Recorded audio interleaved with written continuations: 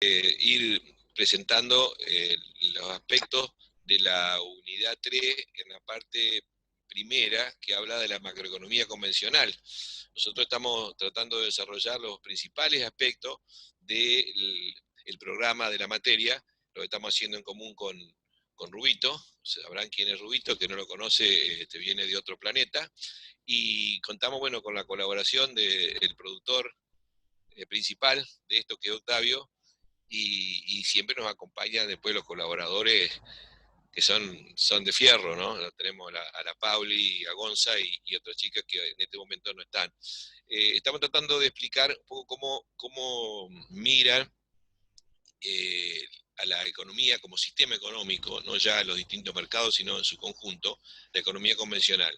Después vamos a pasar a explicar cuáles son las críticas que nosotros hacemos, la mirada crítica y todas las fallas que pueden presentarse cuando uno quiere entender la realidad a partir de la mirada de la economía convencional, ¿no? Estuvimos viendo antes cómo se hacía un modelo que trataba de presentar de manera introductoria un sistema económico a partir del aparato productivo que genera un determinado valor agregado global, que sería la riqueza que se genera al cabo de un periodo determinado de tiempo. Y que eso se podía ver desde la perspectiva de dos flujos que surgen de ese aparato productivo: el flujo nominal o monetario, que es la forma en que se retribuye a los que participan en la generación de esa riqueza, y el flujo real, que es el conjunto de bienes y servicios finales que se generan en el aparato productivo, y esos dos flujos van a confluir en el mercado como la oferta global, que sería el producto o los bienes y servicios finales, y la demanda global, que sería el ingreso si se vuelca como gasto, ¿no? Y ahí vimos cómo el ingreso, que es todo lo que se recibe, es monetariamente similar al producto, que es todo lo que se genera, ¿no? De manera de que si todo lo que se produce se ofrece y todo lo que se recibe se gasta, debería haber un equilibrio macroeconómico entre la oferta y la demanda global. Pero no sucedía así, eso es lo que vimos, porque eh, el ingreso de los que reciben ese dinero por la participación en la generación de producto no se gasta todo, sino que se gasta en consumo y una parte se ahorra. Si hay ahorro, quiere decir que hay una parte del ingreso que no se gasta, entonces hay desequilibrio, a menos que ese ahorro los empresarios lo usen para invertir y de esa manera se retoma el equilibrio. Bueno, esto lo vimos, pero hablamos de conceptos y ahora tratemos de tratar de explicar mejor qué significa cada concepto. El producto bruto interno es lo que es tal vez la variable más conocida, tanto dentro de la economía convencional como popularmente en los grandes medios de comunicación, que quiere reflejar una forma de medir la actividad económica en su conjunto, o sea, cuánto genera al cabo de un periodo de tiempo, cuánta riqueza nueva genera un aparato productivo.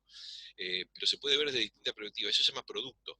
Pero nosotros normalmente hablamos de Producto Bruto Interno, quiere decir que acá tenemos que precisar que, además de hablar de producto como el conjunto de bienes y servicios finales, tenemos que decir que puede haber dos formas de medirlo, o varias más, ¿no es cierto? Pero desde el punto de vista de qué es lo que incluimos en el producto, podemos decir que el producto puede considerarse como producto bruto o producto neto. El producto bruto, y ahora le va a mostrar nuestro productor principal un breve esquemita. El producto bruto que considera la totalidad de los bienes y servicios finales que se han generado, ¿no es cierto? Ahora, ese producto bruto puede sufrir un desgaste, o sea, para generar ese producto bruto, la maquinaria que se utiliza se va desgastando al cabo de un periodo. No totalmente, pero esa parte que se desgasta se puede restar del total, como para decir, bueno, también vamos a considerar que eso no es parte de riqueza nueva porque tenemos que reponerla. Entonces podemos hablar de producto bruto o producto neto. El producto neto sería cuando nosotros deducimos el desgaste sufrido por esa maquinaria, lo que se considera contablemente como depreciación. Entonces vamos a tener, en este caso, o vamos a ver que se habla de dos formas de producto: o el bruto, que sería la totalidad de bienes y servicios finales, o el producto neto, que sería un neto de depreciación, o sea, deducida el desgaste sufrido por los medios de producción en el cabo del tiempo que se realizó el trabajo, ¿no? Esa generación de riqueza. Ahora, también hay otra forma, pues decíamos producto bruto, antes de entrar a producto bruto a precio de mercado y a costo de factores, decíamos producto bruto interno. ¿Qué significa? Bueno, porque hay también otra forma de medir. Cuando decimos que consideramos el producto bruto generado por todas las empresas que están dentro del territorio de un país. Entonces estamos hablando de Producto Bruto Interno. Pero si nosotros queremos tener una información respecto de cuál es el producto generado por las empresas que son solamente nacionales, estén adentro del país o estén fuera del país, pero no considerar el producto generado por empresas extranjeras que están dentro del país. En ese caso, entonces, vamos a hablar de producto nacional.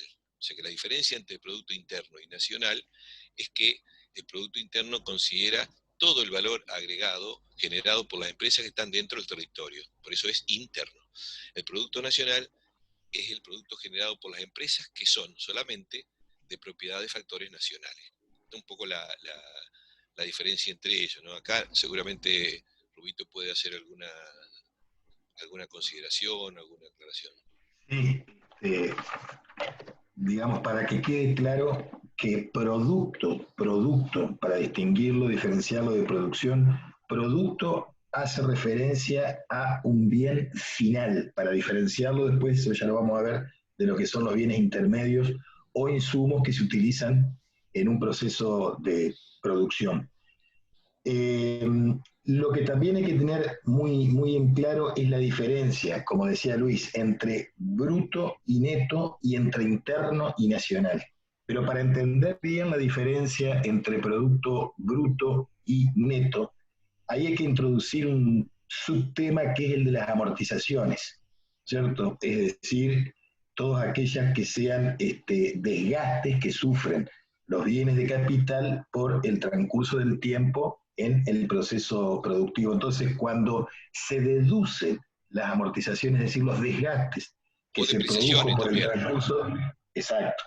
Ahí también hay que entrar después también al tema de las inversiones, y vamos a ver lo que es una inversión líquida, diferenciarla de una inversión neta. Ya vamos a dar ejemplo.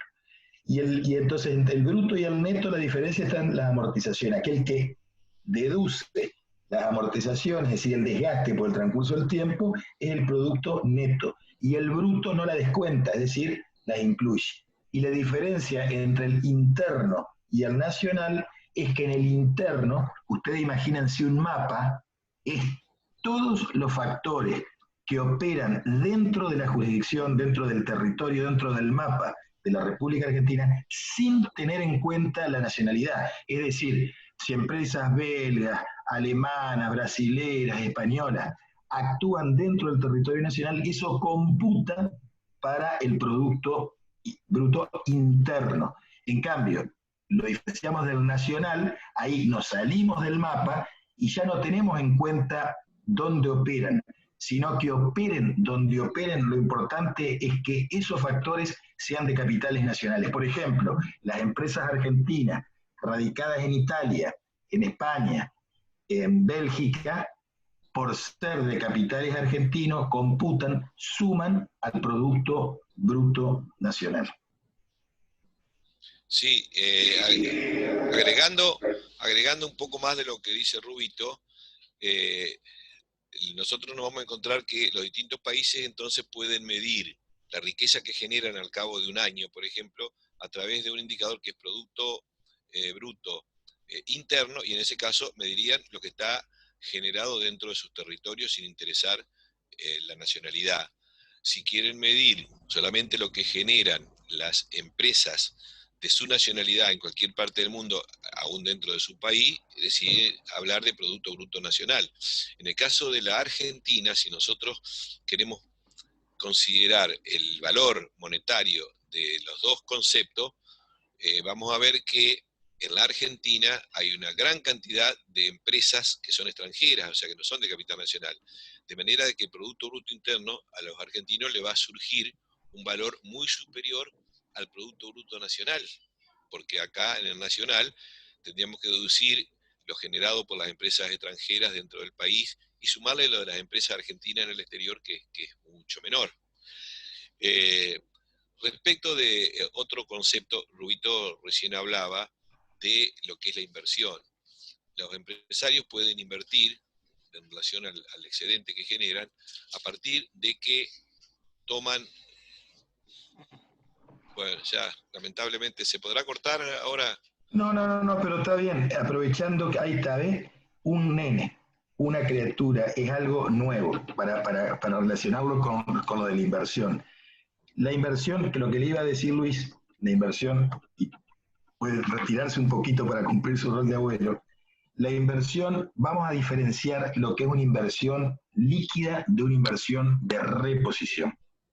Una inversión de reposición, yo siempre la defino con un ejemplo que se entiende más que con una definición conceptual o en abstracto. Si yo tengo una máquina que se me descompuso y se repone a partir de que le agrego un repuesto, se le quemó el motor y le pongo un nuevo motor o le rectifico el motor viejo, ahí hay una inversión de reposición. Es decir, es una inversión que lo que hace es mantener el mismo nivel de producción. En cambio, una inversión líquida, una nueva inversión, significa que yo antes tenía dos máquinas para hacer helado, ahora incorporo una tercera. Es decir, ya no repone o repara para mantener la maquinaria existente, el capital de trabajo existente para mantener los niveles de producción, sino que incrementa el nivel de producción a partir de que se incorpora una inversión nueva. Es decir, la máquina nueva, el tractor nuevo, la trilladora nueva, eso es ejemplo típico de inversión líquida. En cambio, ese tractor, si hay que rectificarle el motor, no es un tractor nuevo, es el mismo tractor que se repuso la falla y volvió a recuperar su capacidad productiva primigenia originaria. De allí surge un tercer concepto que es el de inversión neta. La inversión neta es la diferencia entre la inversión de reposición menos las inversiones líquidas, es decir, el nuevo tractor menos en términos monetarios, menos la reparación del tractor viejo, y eso me va a dar a mí el nivel de inversión neta, es decir, de inversión real. Sí, Renchito, porque me parece que por ahí hubo alguna confusión, puede ser producto de la edad, ¿no es cierto? Hay que A reconocer ver. digamos que Pagliotto no es un pibe de 16 años, ¿no es cierto? Entonces a veces, No, estoy pisando eh, los 60, no, che. no, vos quisiste decir que la inversión total que realiza La un inversión. empresario en su Exacto. actividad, en su empresa, es lo que se llama inversión bruta. Esa es la inversión Exacto. total, La inversión total es eh, la bruta, es la exactamente. bruta. Ahora, si a esa bruta nosotros consideramos que se puede destinar parte a reponer la maquinaria que se fue desgastando en el proceso productivo y Exacto. bueno, tiene que poner otra maquinaria nueva, eso que repone se llama inversión de reposición.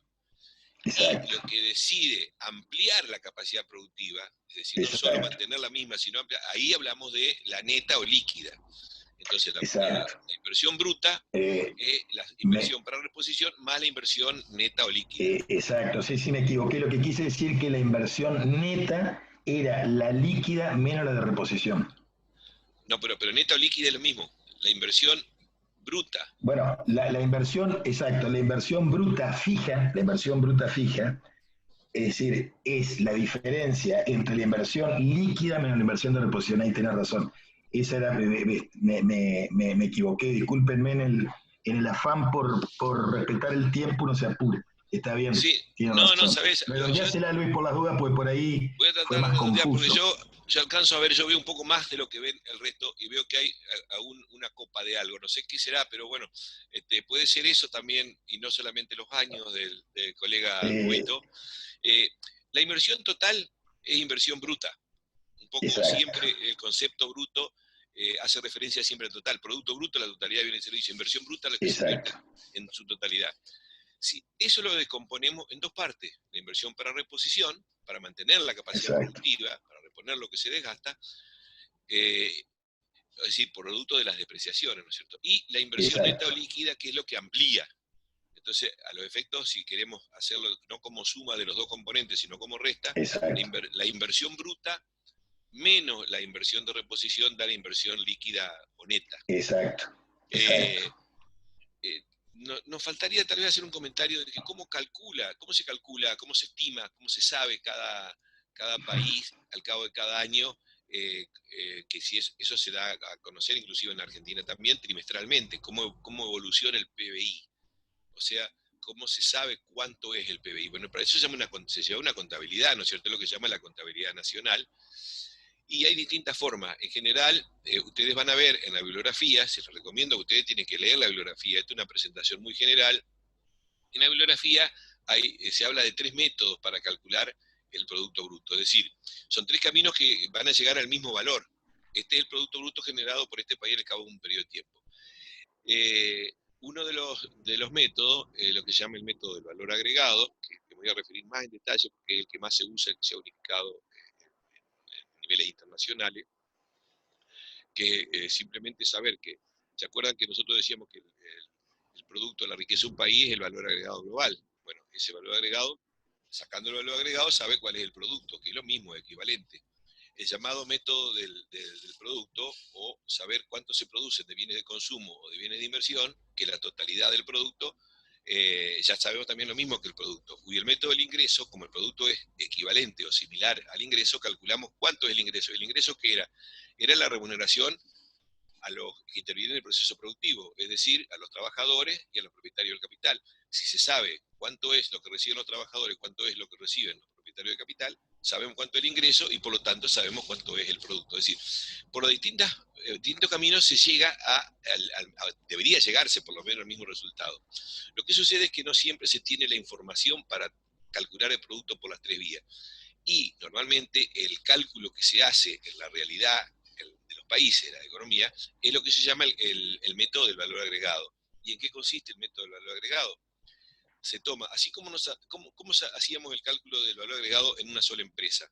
Y decíamos, si tiene un conjunto de bienes intermedios y transformado llega a un valor final mayor, decíamos el valor de los bienes finales menos el valor de los bienes intermedios del valor agregado. Eso es en una empresa. Bueno, a nivel país es la sumatoria de todos los valores agregados de las empresas, pero se toma por sectores. Por ejemplo, para tener un caso concreto, un caso hipotético, ¿no? Pero concreto de la realidad, el sector, supongamos, queremos saber cuál es el valor agregado del sector triguero argentino. Bueno, ¿cuánto es el valor final de la producción de trigo en un año? Es decir, cuántas toneladas por su precio va a dar el valor final del trigo. Pero el sector triguero no generó todo ese valor final, porque tuvo que comprar insumos, bienes intermedios, semillas, combustible, desgaste de maquinaria. Entonces, el valor final de la producción de trigo al cabo de un año, menos los bienes o los insumos que se utilizaron en su producción, va a dar el valor agregado del sector triguero. Entonces, cada valor agregado de cada sector se suma y da el valor agregado global. Y así nosotros conocemos cuánto es el valor del llamado Producto Bruto Interno, que es tal vez la variable más importante para los economistas convencionales, ¿no? Es decir, para el economista convencional una economía va bien si crece el PBI. Después tenemos que ver en las próximas entradas, llamémoslo así, que esta forma de considerar a una economía está muy, muy cuestionada, tiene mucho déficit, pero hoy por hoy es lo que toman todos los países, los gobiernos, los economistas convencionales para decir si este país anda bien o mal, es si crece el PBI. ¿Y cómo lo medimos? Con este método del valor agregado, que ustedes lo van a ver explicado en su bibliografía y que en todo caso puede por ahí ampliar si quiere el colega Rubito. Ahí faltó, Luis, me parece, no sé, es algo que no haya escuchado bien. Vos le dijiste que hay 3 formas de calcular el Producto Bruto Interno, por el valor agregado, por el ingreso, y me parece que faltó este, la tercera fórmula de cálculo. Yo dije intermedio, el método del producto. Como el producto es igual a los bienes de consumo, bienes finales, ¿no es cierto?, de consumo o de inversión, se estima cuánto es la cantidad total de bienes finales de consumo más la cantidad total de bienes finales de inversión y tenemos el producto. Perfecto. Entonces podemos tomar el producto por ese método, por el método del ingreso, que es sumar salario más ganancia, o por el método del valor agregado. Exacto. Lo que estaría bueno que le explique a los chicos lo que a veces es una pregunta de examen, lo que significa el valor bruto de la producción, para no confundirlo con el producto bruto. Está muy buena se está despertando nuestro colega, se está pasando el efecto del alcohol, y claro, es cierto, lo que nosotros llamamos valor bruto de la producción es un concepto que se usa mucho, o valor de la producción, a veces hay información cuando no se, porque el cálculo del producto a veces demora cierta cantidad de tiempo, no se le tiene el instante. Lo que se tiene siempre al instante es lo que se llama el valor total de la producción, que es una aproximación, pero no es el cálculo exacto de la riqueza, porque hay que restarle los insumos. Entonces, cuando hablamos del valor final de todos los bienes y servicios, el valor total de todos los bienes y servicios, estamos hablando del valor bruto de la producción. Pero para obtener el producto bruto, nosotros tenemos que restarle los insumos intermedios, porque si no estaríamos sumando más de una vez los insumos que ya están sumados cuando calculamos el valor de un bien. Es como decir, por ejemplo, el precio, yo les decía recién el caso concreto del sector triguero. Si nosotros tomamos el valor final de la producción de trigo en un año, decimos tantas toneladas de trigo por el precio que tiene, eso da el valor bruto de la producción de trigo. Pero eso no representa la riqueza real generada por el sector triguero, porque el sector triguero tuvo que comprar insumos que ya existían, tuvo que comprar combustible, tuvo que utilizar maquinaria y el desgaste. Entonces, si quiere saberse cuánto es la riqueza real generada por el sector triguero, el valor agregado o producto, al valor bruto de la producción hay que restarle los bienes intermedios. ¿Estamos más o menos así? Exacto. ¿Te parece, Rubito? Sí, sí, perfecto, perfecto, perfecto. Eh, Perfecto. y en relación al ingreso, que es equivalente al producto, pero que es lo que se reciben los que participan en el proceso productivo, se usa mucho, ustedes lo van a ver en todo caso en la información, cuando se habla cómo se distribuye el ingreso, que es un tema bastante importante, ¿no? Una cuestión menor en la economía, porque en la economía ve que, bueno, de todos los que participan, cuánto le toca a cada uno. De ese ingreso total se puede analizar cómo se distribuye por distintas vías. Una de las formas es lo que se llama la distribución funcional del ingreso, es decir, en relación al lugar que ocupa cada uno, cuánto reciben de ese ingreso los trabajadores y cuánto reciben los propietarios de los medios de producción, los empresarios. Eso se llama distribución funcional, que puede variar de país a país. O sea, en países donde hay una distribución del ingreso no tan desigual, puede andar entre el sector de trabajadores recibe el 60% del ingreso nacional y los empresarios un 40%. Lo que pasa que pareciera que reciben más los trabajadores, pero los trabajadores son millones más. En el caso de la Argentina, bueno, los trabajadores no reciben mucho menos, ¿no es cierto? Participan funcionalmente menos en la distribución del ingreso. También se puede analizar la distribución del ingreso a partir de considerar no qué lugar ocupa cada uno, es decir, trabajador, empresario, sino dividiendo la población por el nivel de ingreso que tiene cada sector. O sea, se divide, por ejemplo, en 5 quintiles, se dice, bueno, en cuánto recibe el 20% que más gana, cuánto recibe el 20% siguiente y el 20% que menos gana. Entonces se divide en 5 la población para ver qué diferencia hay entre el 20% que menos gana y el 20% que más gana. Eso también es muy utilizado para hacer comparaciones y análisis internacionales. Entonces hay países donde esa distribución es muy desigual, hay otras donde no es tan desigual. Entonces son formas de acercarnos entonces a conocer una realidad a partir de analizar cómo se distribuye la riqueza generada entre los distintos sectores. De todas maneras, después vamos a ver cuáles son, en todo caso, las limitaciones de esta forma de medir la realidad de parte de la economía convencional, porque también ustedes van a, así como nosotros hemos hablado mucho de PBI o Producto Bruto Interno, van a escuchar o van a leer que se habla de PBI per cápita. ¿Qué significa esto? Que un país puede generar un determinado nivel de Producto Bruto Interno, pero hay que ver también qué población tiene. Entonces, para saber en realidad cuánto genera de producto, pero por habitante, entonces se toma el producto total y se divide por la cantidad de habitantes. Eso es lo que se llama el PBI per cápita. Entonces, en las cifras internacionales que se llevan a veces, Naciones Unidas, CEPAL, para calificar países en función de su nivel, puede tomarse a los países ordenados por cuál es el PBI total que tienen, que da un determinado ordenamiento, o cuál es el PBI per cápita, donde ahí cambia, porque puede ser que sea un país que tiene un PBI global alto, pero la población es tan grande que cuando decimos per cápita se achica muchísimo. Lo que pasa es que esto es suponer de que todos están produciendo lo mismo, lo cual también es una imagen que no da la idea central de que un PBI no se distribuye igualitariamente. Para eso están los índices sobre distribución del ingreso, es decir, que no todos reciben lo mismo.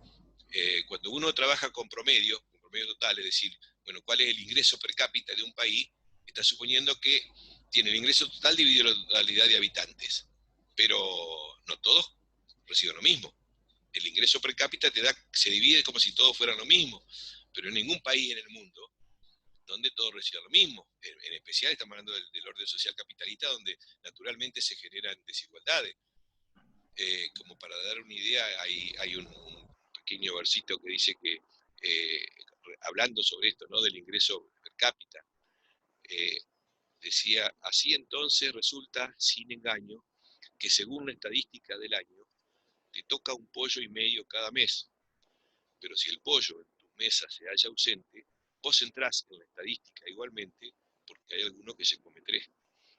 Entonces, el ingreso per cápita se supone que todos son iguales, pero una de esas uno se queda con todo y otro no recibe nada. Bueno, con esto más o menos estamos presentando los Luis, sí, un tema que sí, sí, me sí. parece que sería válido aclararle a los alumnos, que nosotros acabamos de concluir una visión simplificada de cómo funciona la macro, digamos, en el país, cómo funciona el aparato productivo. ¿Y por qué simplificada? Porque si volvemos al esquema primigenio, a los primeros de dos esquemas, el de Castro y Leza y el que elaboró Luis, se van a dar cuenta que hay dos sectores que no están interviniendo.